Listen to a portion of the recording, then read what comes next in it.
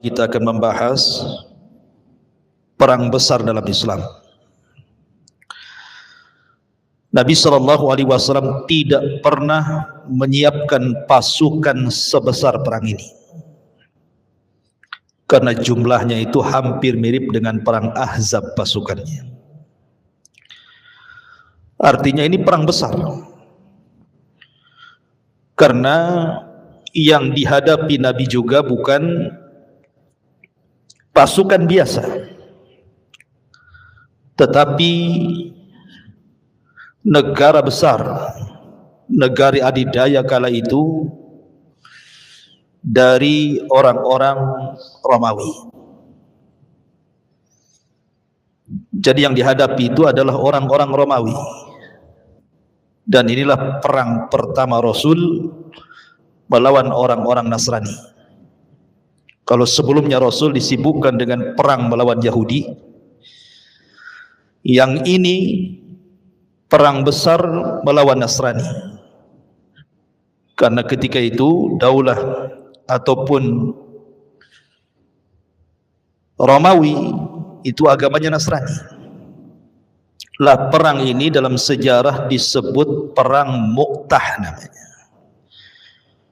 Perang Mu'tah. Tetapi sebelum kita menjelaskan tentang bagaimana peristiwa perang Mu'tah ini, saya ingin menjelaskan tentang peristiwa sebelum peperangan. Dua peristiwa yang penting juga kita bahas. Pertama tentang Umratul Qadha, umrah Nabi SAW yang kedua yang disebut dengan Umrah Qadha. Kemudian yang kedua, menikahnya Nabi SAW dengan Maimunah bintu Harith. Baru setelah dua peristiwa ini masuk kepada perang Mu'tah. Ma'asyiral muslimin yang dimuliakan Allah Subhanahu wa taala,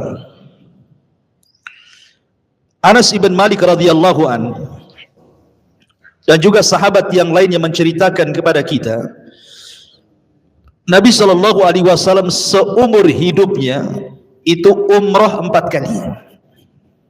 Seumur hidup Rasul, Nabi SAW itu umrah 4 kali dan haji sekali. Adapun umrah yang pertama disebut dengan Umrah Hudaybiyah, karena peristiwanya di tahun Hudaybiyah tahun 6 Hijriah. Tapi Nabi SAW tidak bisa umrah karena tidak boleh melangkah ke haram kecuali pasti akan diperangi, akan diserang oleh orang-orang kafir Quraisy. Tapi niatnya Nabi SAW umrah itu sudah dianggap umrah, karena memang kala itu Rasul tidak bisa masuk. Kemudian akhirnya terjadilah perjanjian Hudaybiyah itu. Lah salah satu isi perjanjian Hudaybiyah yang kesemuaannya merugikan kaum muslimin adalah bolehnya umrah tahun depannya. Maka ketika kemudian pada tahun 7 Hijriah, setahun setelah Hudaybiyah, maka Nabi SAW melakukan umrah kedua yang disebut dengan Umratul Qadha. Ada yang mengatakan qadha itu artinya mengqadha umrah yang tidak jadi tahun kemarin. Ada juga yang mengatakan qadha di sini artinya qadiyatu, perkara yang tercatat dalam perjanjian Hudaybiyah dibolehkan umrah tahun depan. Kemudian umrah yang ketiga, sepulangnya Nabi SAW dari Ji'rana, setelah Nabi SAW perang Hunain, kemudian mendapatkan ghanimah harta rampasan perang, maka di sini kemudian Nabi SAW kemudian umrah yang disebut dengan umrah Al-Ji'rana. Kemudian yang terakhir, yang keempat, Nabi SAW umrah seiring dengan Hajjatul Wada. ihramnya di bulan Dzulqa'dah, kemudian umrahnya di bulan Dzulhijjah. Jadi umrah Nabi SAW 4 kali dalam seumur hidup beliau. Tapi kalau haji cuma 1 kali saja, yang disebut dengan Hajjatul Wada. Itu haji pertama dan terakhir bagi Nabi SAW. Baik, yang kita akan ceritakan adalah umrah yang kedua pada tahun ke-7 Hijriah. Jadi Nabi SAW setelah mendapatkan perjanjian Hudaybiyah, dan kalau dia umrah tidak akan diganggu, maka Nabi SAW kemudian berangkat umrah bersama para sahabat, jumlahnya sampai 2000 sahabat, tanpa melibatkan perempuan dan tanpa membawa anak-anak. Jadi murni hanya para sahabat saja, laki-laki. 2000 orang itu berangkat bersama Nabi SAW. Kemudian ketika sampai di Dzulhulaifah, maka Nabi SAW kemudian meniatkan umrah, kemudian mulai bertalbiyah, labbaik Allahumma labbaik, labbaik la syarika laka labbaik, innal hamda wan ni'mata laka wal mulk la syarika lak. Maka bertalbiyahlah Rasul dan para sahabatnya dari Dzulhulaifah menuju Makkah Al-Mukarramah. Dan begitu memang cara umrah. Jadi kalau dari Madinah, maka mikotnya di mana? Aduh, anak-anak ini buyar pikiran sini. Tolong ya. Jadi memang begitu, kalau seandainya dari Madinah kemudian Nabi SAW singgah di Dzulhulaifah, itu disebut mikot namanya. Jadi kalau antum nanti umrah, kemudian bertolak dari Madinah, kemudian sekitar 2 jam ke Dzulhulaifah, maka disitulah kita berniat untuk umrah. Disitulah kita memasang kain ihram. Lah mulai dari sinilah kemudian Anda bertalbiyah berjam-jam dari Dzulhulaifah itu terus sampai ke Mekah. Anda mengucapkan talbiyah, labbaik Allahumma labbaik, labbaik la syarika laka labbaik, innal hamda wan ni'mata laka wal mulk la syarika lak. Kemudian sampai di Mekah. Lah Nabi SAW ketika sampai di Mekah bersama 2000 para sahabat Nabi SAW, maka langsung tawaf. Tawaf di sekitar Ka'bah 7 kali putaran. Jadi orang-orang musyrik sekitar Ka'bah itu keluar semua. Tidak suka melihat para sahabat Nabi yang datang dari Madinah. Mereka hanya melihat dari kejauhan dari bukit-bukit itu. Kemudian mereka mengejek Rasul dan para sahabatnya. Dan mereka mengatakan, "Ungzuru, lihat mereka," katanya. Mereka sudah terkena humma Yathrib. Yathrib itu nama tempo dulu Madinah, sebelum dikatakan Madinah disebut Yathrib. Dan Yathrib itu dulu banyak wabah. Makanya ayahanda Nabi SAW ketika safar berdagang kemudian singgah di Yathrib, terkena wabah Yathrib dan meninggal. Jadi Yathrib itu dikenal dengan wabah sebelum kedatangan Nabi. Tapi setelah kedatangan Nabi sudah tidak ada wabah lagi, makanya disebut diganti dari Yathrib menjadi Madinah At-Thayyibah. Dengan kedatangan Rasul jadi berkah tuh Madinah tuh. Jadi orang-orang musyrik mengejek, bahwa lihat tuh orang-orang yang terkena humma Yathrib itu, terkena wabah Yathrib katanya. Maka Nabi SAW mendengar bahwa orang-orang musyrik mengejek para sahabat. Rasul SAW memerintahkan para sahabat saat tawaf pertama untuk memperlihatkan pundaknya, diselendangkan. Jadi nampak tenaganya gitu ya. Dikiranya para sahabat itu orang yang kurus-kurus, ceking-ceking. Tidak. Justru kehidupan mereka di Madinah membuat para sahabat gagah berani, kuat, nampak ototnya. Maka Rasul menyuruh para sahabat untuk menyelendangkan kain ihramnya biar nampak tenaganya. Tengok, kuat gitu ya. Kemudian oleh Nabi disuruh untuk lari-lari kecil 3 putaran pertama. Dan itu sunnahnya tawaf seperti itu. Sunahnya tawaf itu selendangnya dibuka, bahunya sebelah dibuka, kemudian 3 putaran pertama lari-lari kecil. Baru setelah putaran keempat sampai ke-7 bisa dibalikan, biasa jalan. Ya. Karena sebabnya Nabi SAW ingin memperlihatkan bagaimana para sahabat yang tinggal di Madinah itu orangnya berotot gitu, supaya tahu orang-orang itu, untuk membantah bahwa mereka tidak terkena wabah Yathrib. Maka setelah kemudian tawaf 7 putaran, dimulai daripada mencium Hajar Aswad. Bagi yang bisa mencium, bagi yang tidak maka cukup melambaikan tangan dan bertakbir bismillahi Allahu Akbar. Kemudian tawaf, kemudian antara 2 rukun membaca Rabbana atina fid dunya hasanah wa fil akhirati hasanah wa qina adzabannar. Kemudian Nabi SAW bertolak antara Safa dan Marwah, mulai sa'i. Maka Nabi SAW kemudian sa'i juga 7 putaran, tapi putaran sa'i dalam Safa Marwah bukan seperti putaran Ka'bah.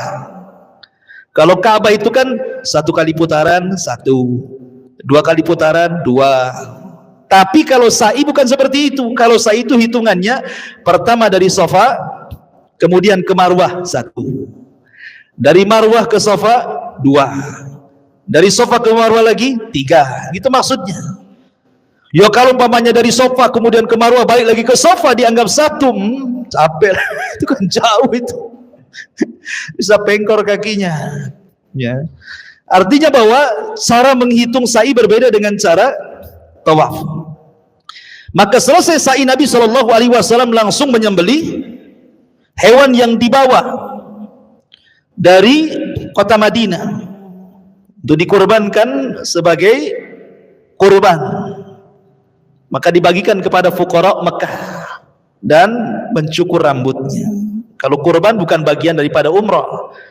Kalau umrah itu cukup 3 saja kalau di Mekah, tawaf, kemudian sa'i, cukur rambut, selesai. Sudah sampai 2 jam selesai umrah itu.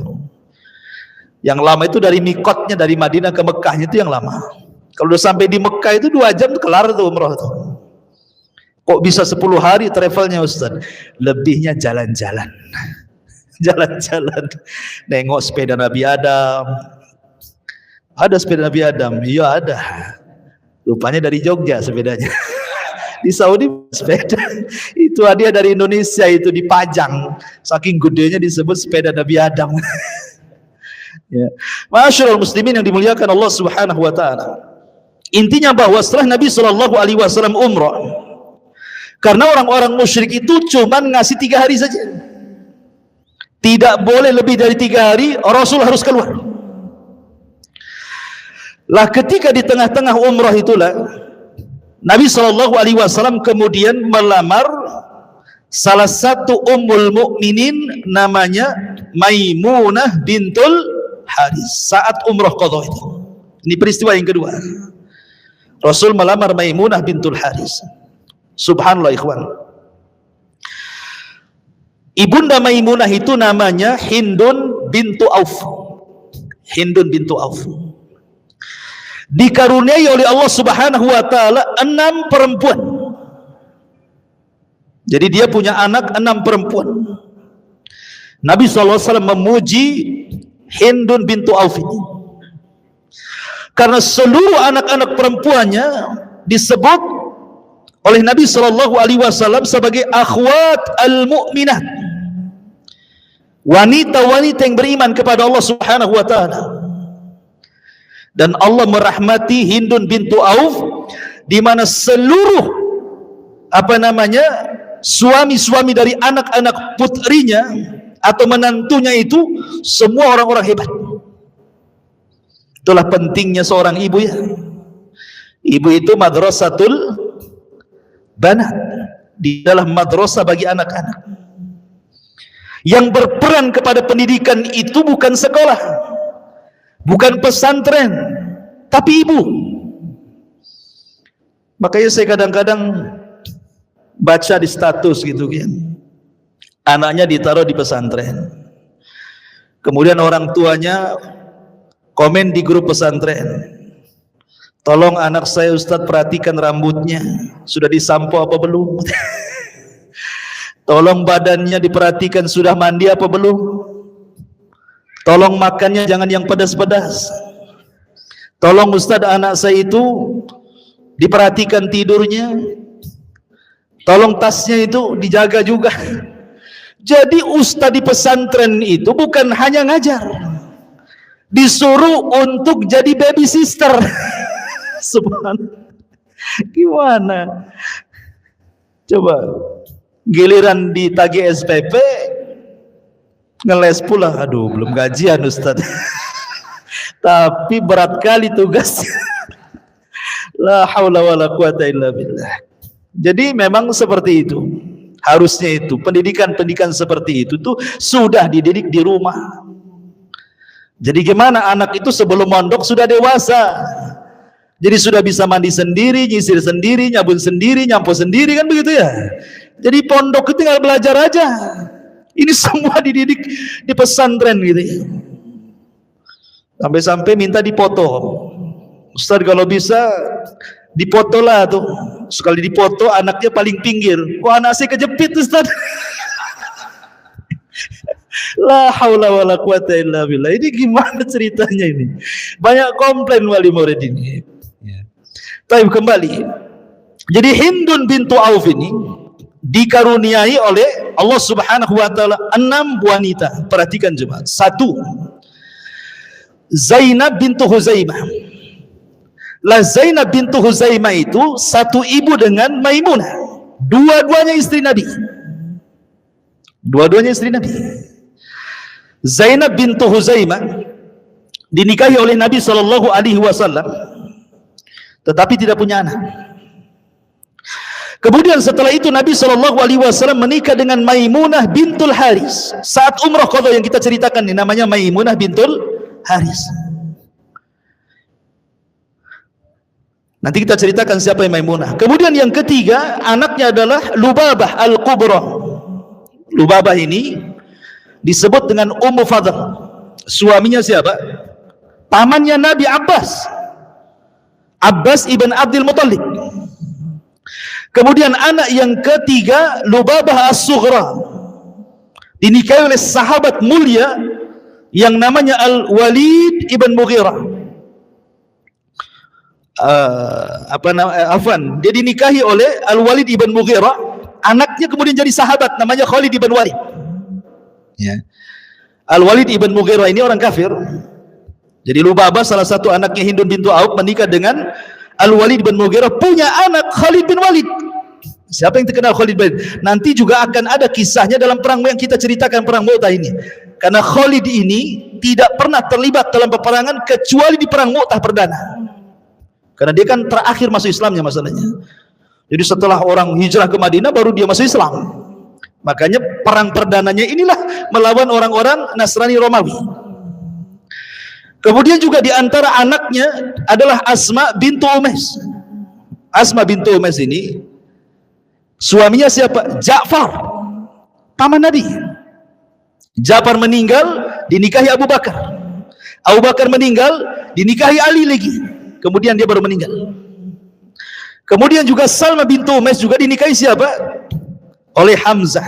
Hamzah juga paman Rasul. Ya kan? Lihat. Masyaallah muslimin yang dimuliakan Allah Azza wa Jalla. Jadi Hindun bin Auf ini memang luar biasa. Dia ibu yang merawat anak-anaknya, semua menantunya orang-orang hebat. Lah salah satunya adalah Maimunah bintul Haris. Ini yang kita akan ceritakan sedikit. Lah Maimunah bintul Haris ini dia dinikahi Nabi sallallahu alaihi wasallam saat umrah qadha pada bulan Dzulqa'dah tahun 7 Hijriah.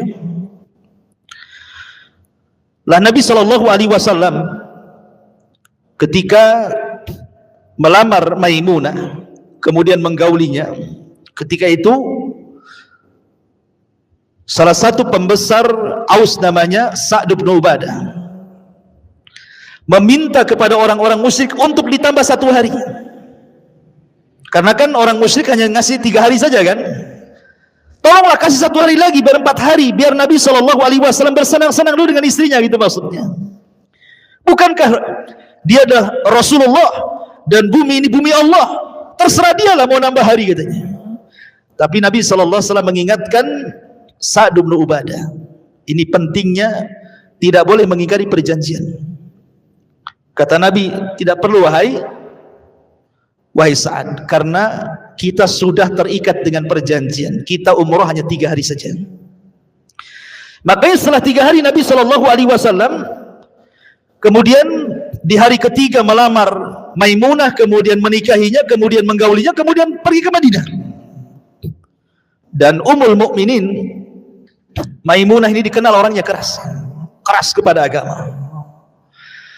Sampai-sampai dia pernah mengatakan kepada kerabatnya yang ketika itu datang ke rumahnya tercium bau minum khamar. Maka Maimunah mengatakan, kalau engkau keluar ke kaum muslimin, kau minum khamar, kemudian tertangkap dan kau didera atau dicambuk 40 kali, kalau itu terdengar ke telingaku, jangan pernah kau menginjak rumahku selamanya. Dan diancam gitu ya, keras kepada kerabatnya itu. Kalau sampai kau ketahuan minum khamar, kemudian tertangkap dan dicambuk 40 kali, jangan kakimu menginjakkan di rumahku. Saking kerasnya itu. Ya, Maimunah ini. Subhanallah, Maimunah ini luar biasa. Dia menikah di Mekah. Di rumah itulah dia menikah dengan Rasul. Di rumah itulah dia berhubungan dengan Rasul, dan di rumah itu pula wafatnya Maimunah. Jadi Maimunah itu wafat di tempat dia menikah sendiri. Dan usianya sudah 85 tahun. Menikah dengan Rasul itu sudah lemah, sudah tua. Ya. Tapi Nabi SAW menikahi dengan Maimunah ini karena ada maslahat dakwah di kota Mekah. Lah ketika Nabi SAW kemudian bertolak dari Mekah ke Madinah setelah 2 peristiwa umrah qada dan juga menikahnya Rasul dengan Maimunah bintul Haris ini, tiba-tiba kemudian ada putrinya Hamzah ibn Abi Abdul Muttalib ini yang menikah di perang Uhud. Hamzah ini kan ketika meninggal, keluarganya masih di Mekah. Jadi ketika Nabi SAW kemudian pulang dari Mekah ke Madinah, putrinya Hamzah ini mengikuti di belakang. Dan ingat bahwa Hamzah itu walaupun paman Rasul di satu sisi, tapi di sisi lain saudara sepersusuan. Jadi Rasul itu dengan Hamzah itu sepersusuan, walaupun satu sisi dia pamannya kan gitu ya. Karena anak daripada Abdul Muttalib, saudara daripada ayahnya Abdullah. Tapi karena sesusu dari Suwaibah, maka Rasul dengan Hamzah itu saudara sepersusuan. Jadi putrinya berteriak-teriak dan mengatakan, ya ammi, wahai pamanku, maksudnya Nabi SAW. Maka Rasul melihat rupanya putrinya Hamzah, dan dia mengatakan, saya sudah tidak kerasan di Mekah, ingin ikut engkau ke Madinah. Tiba-tiba di situ sudah ada 3 orang mulia yang ingin mengasuhnya. Pertama Ali bin Abi Thalib, yang kedua Abbas ibn Abi Thalib, Abdul Muttalib, paman Rasul juga, dan yang ketiga Zaid ibn Harithah. Kata Ali radhiyallahu anhu, ya Rasulullah, biarkan anak itu ikut serumah denganku, karena dia adalah anak pamanku, sepupu denganku, biar aku bawa. Tapi Abbas mengatakan tidak, dia harus ikut denganku.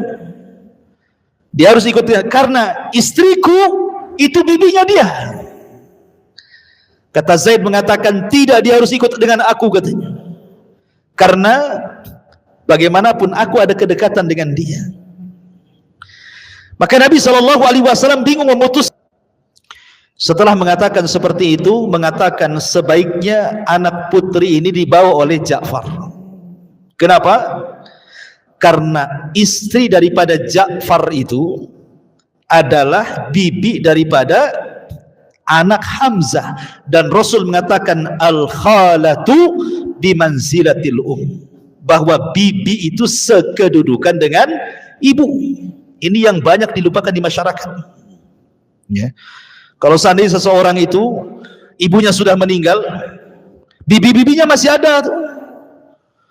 Terkadang kita ini tidak pernah berbuat baik kepada mereka, ngubungi mereka pun tidak, padahal mereka itu pengganti orang tua, kata Rasul.